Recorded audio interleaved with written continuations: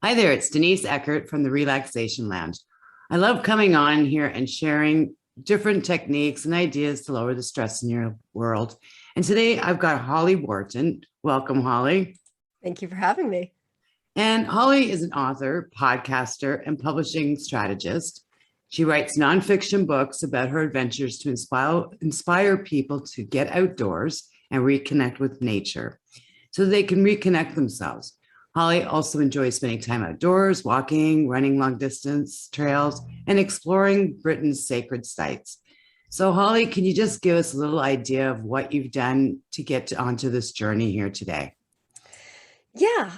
So I've been writing and publishing books since I think 2016 or thereabouts, 2015. And I started writing about business mindset because at the time I was a business mindset coach, and I've always been into personal development. But then I started walking long distance trails in England. And when I saw people's reactions as to, oh, you walked 100 miles alone, how was that? Wasn't that scary? And I wanted to show women that it's okay to do those things. Obviously, there are dangers. Obviously, you need to know what you're doing. But I wanted to share my experiences of being alone in nature and the things that I do in nature to inspire other people to do the same. So that's how I got into writing books about my long distance adventures and other things to do in the outdoors. Wonderful. Now, we're here to help women with stress. Yeah. Now, what are the benefits of being out in nature and going for walks? How does that benefit our stress levels? So I find, studies have shown that being in nature, being among trees, being around plants will reduce our stress levels, which is why forest bathing is a thing that Japanese doctors in Japan prescribe as a remedy for stress and anxiety. So it's been scientifically proven. And it's so restorative to get outdoors, to be in nature, to be around plants, wherever you go, whether it's in the woods, whether it's by the sea, whether it's by a lake, whatever. Everyone has their kind of preferred type of nature, but it can be incredibly relaxing to get outdoors and to get the fresh air. It's very different from relaxing indoors. And you know what? I live across the street from a lake, so I do a lot of walking when the weather permits, because sometimes it just doesn't permit. But I see a lot of people with, I don't know, music and headphones on. And for me, I just love the natural sounds, listening to the water. So for someone that's not in the greatest shape, how would you recommend them getting started? With anything, like with whatever works for you. So you can go walking, you can go running, you can go cycling, or you can just go outdoors and sit on a bench in a park, sit on a bench in the woods, sit on a log in the woods, sit next to a tree. You don't have to be sporty in nature. You don't have to be fit. You don't have to be in shape. You can just go and sit and close your eyes or open your eyes and just listen and experience what's going on around you. Look, do you see birds? Do you see squirrels? Do you see trees? Do you see plants? Like maybe you don't know all the names of the trees and the plants, but that's okay. You can like look at them and see what's interesting about them and just look at what's going on around you. Close your eyes, hear the sounds of the leaves rustling in the wind, the squirrels running around, birds, and just really kind of connect with all of your senses to what's going on around you. And I think that's really valuable. And that can also really help reduce stress and anxiety because nature seems to function at a much slower pace than we do. Like we're so often like, hustle, I've got to do this, I've got to do that, I've got to check this off my list. But when you go out into nature, everything flows. And so you just kind of naturally find yourself slowing down if you're not listening to music or podcasts or things like that. Now, when I go on a long run, I definitely listen to podcasts, but that's a very different outdoor experience to when I go outdoors in nature, specifically to relax. So I think there's a time and a place for different things. But if you're looking to relax, I think you can really benefit from turning off the media and just being with the natural sounds of nature, as you said.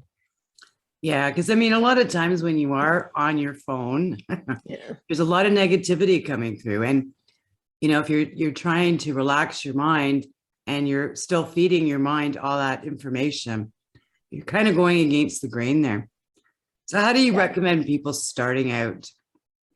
So try what sounds like fun to you. So if if going to a park sounds like fun and just sitting on a bench, go for that. If going into the woods, if you have nearby woodland or beach or lake, whatever is calling to you, whatever sounds like it would be restorative and relaxing. And just start small. You know, if you've got 10 minutes, do 10 minutes. If you've got an hour, do an hour, but just play around with it and try what works for you. Go for a gentle walk. If you're used to going to the gym, maybe go for a run outside and just play around with different things and see what works for you. And again, some things might be better on some days and other things might be better on other days. So it's about kind of creating a menu of different things that you enjoy doing outdoors. Now, I understand you've gone on extremely long walks. Can you just share a couple stories with us? Yeah, so my very first experience was in 2015. I walked a 100-mile trail called the South Downs Way here in England. And I really like doing day hikes. And I just thought it would be so much fun to get out there and do this long walk and kind of spread it over the period of a week and stay at, different B&Bs along the way, carry my stuff in my backpack. And I was just really looking forward to it. I didn't have any worries about it. And it ended up being a lot more challenging than I expected. So that was a really interesting experience, but I also really enjoyed it. And I realized I wanted to do more of that. So a few years later, I walked the trail again, and I included in the book that I wrote about it, both of the adventures. So what it was like to do this for the first time and not knowing what I was doing, and then how I troubleshooted and how I made it better the next time. And so that's why I updated the book to share with people all of my mistakes so that other people can avoid my mistakes. But it was an absolutely beautiful experience because I was alone for hours on end in the woods, in the fields, on this trail. I mean, sometimes you'd cross paths with other walkers or cyclists, but a lot of time I was just alone with myself. And it was like my whole system just kind of slowed down because all I needed to do each day was wake up, have breakfast, walk from here to there, have dinner, go to bed. Like my life was so simple. I didn't have this massive to-do list of, all these things I had to cross off. It was just very simple, basic living things. And throughout the day, it was so relaxing. That's all I can say. I mean, it was so restorative, and it was just so beautiful to be outdoors in nature. Now, can you share with us some of the things you have learned on your trips or your journeys? Yeah. So obviously pack light. Because the more you carry, the more your feet will hurt. And then train with the backpack and the stuff that you're going to be carrying with you. And that's something I didn't do. Before I did my first long distance walk, I was used to carrying a very small, very light day pack. I was really good at packing light for the day trips, but that didn't help me train for when I was carrying all my stuff for a week. So definitely train with the kind of size of backpack and the weight that you will be walking on. Blisters. I know blister management is different for every single person. There's a really fantastic book called Fixing Your Feet, which will teach you, if you have problems with blisters, that is the book to read, to think about all the different ways you can prevent blisters. But I learned that powder for me is best. So I powder my socks, switch socks several times throughout the day so that my feet are always dry. That was a game changer for me. Yeah, and then just slowing down and taking lots of breaks. I mean, the first time I did the walk, I was concerned about, I wasn't as aware of how long it was going to take me to walk each, 10-mile or 12-mile segment, still getting to know my rhythms. And so I was kind of in a rush to get to where I was going. And I didn't need to be. And so the second time I did it, I took lots of breaks, like every hour and a half, I would just sit, take my boots off, take my socks off, let my feet freshen up, and just rest for a few minutes. And then, get back on the trail. So that was another thing, was to just take my time. Yeah. I guess the first time you might be a little worried not getting to your first destination, and it's like, oh, where am I going to stay? And yeah, and then the kind of on this trail, like I would have to get to my destination. Like there's no, I mean, if I got off the trail earlier and walked down to a different village, I probably wouldn't be able to get a taxi to where I needed to go because these are really small locations. So I needed to get where I was going. But it was just developing that confidence in myself that I had more than enough time to get to where I was going before dark. Now, how many miles or kilometers would you walk a day? This was 100 miles split into 7 days. So it was more like 12 miles a day. Not every day was exactly the same. Some days were longer, some days were shorter, but it was about 12, 13 miles a day. So not too bad. It was just getting used to carrying all that stuff on my back, which I wasn't used to. So what kind of things would you have on you? Well, a change of clothes. So I would only carry 2 changes of clothes. And whenever I got to my destination at night, I would wash today's clothes, hang them up, pray they would dry tomorrow. If they didn't dry, I would hang them off my backpack and dry them in the sun.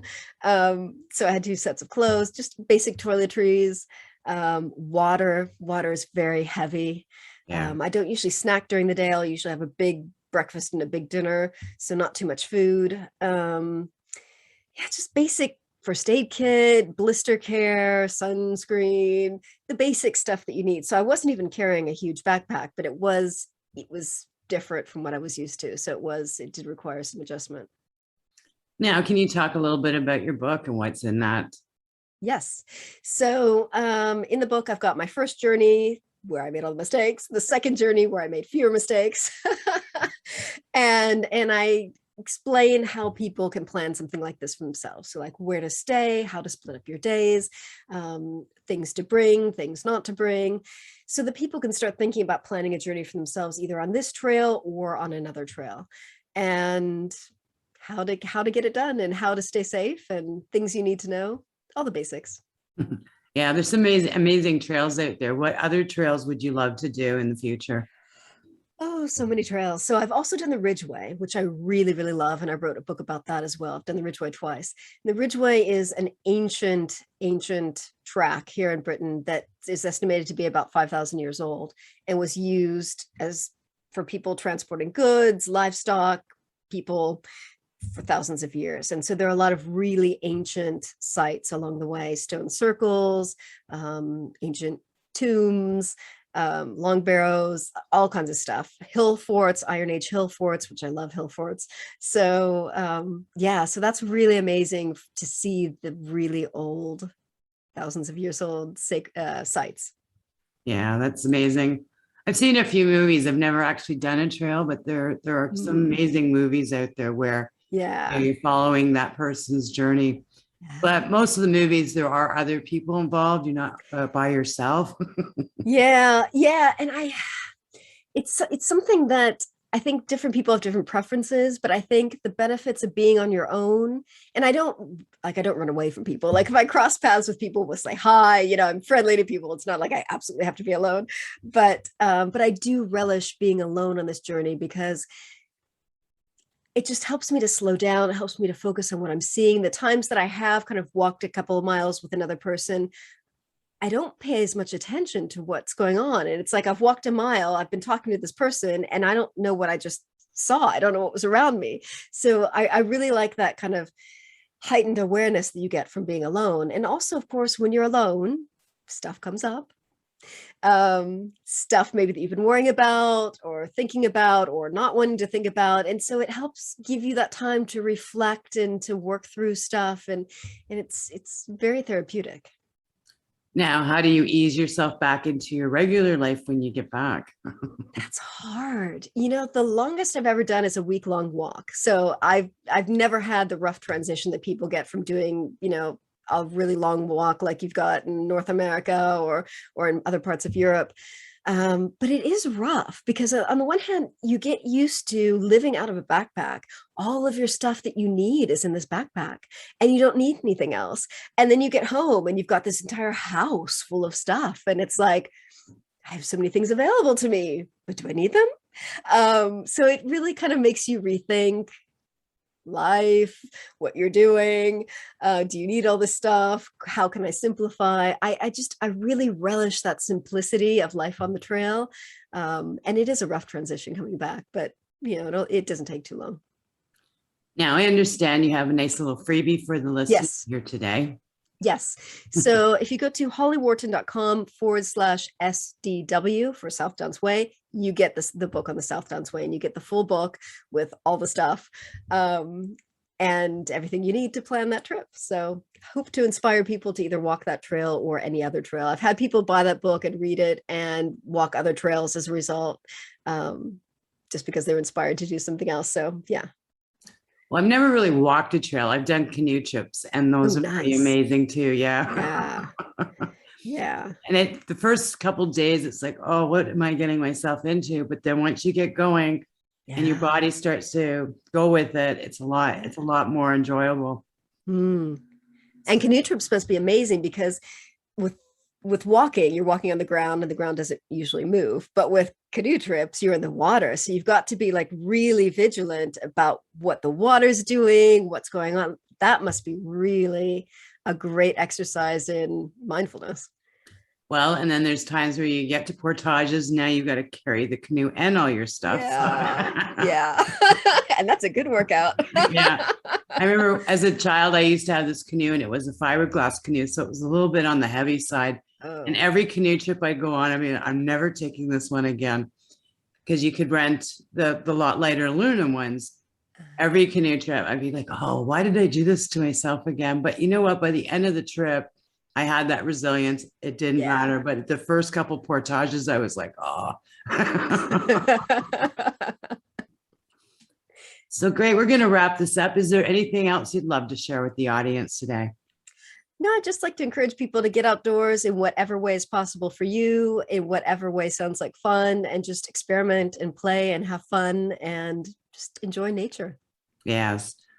The energy from nature is just so powerful. Yeah, I love it. Well, thank you so much, Holly. It was wonderful having you on here today. And yes, to the audience, I will be putting all her links in wherever you watch or listen to this. So thank you so much, Holly. Thank you for having me. Well, great. Well, thank you so much for listening. If you're looking for more ways to reduce the stress in your life, please visit www.therelaxationlounge.info.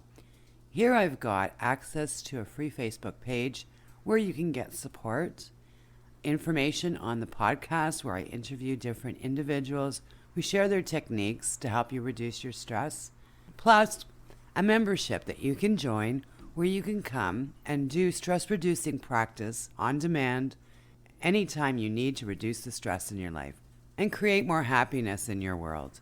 I'll see you in the lounge.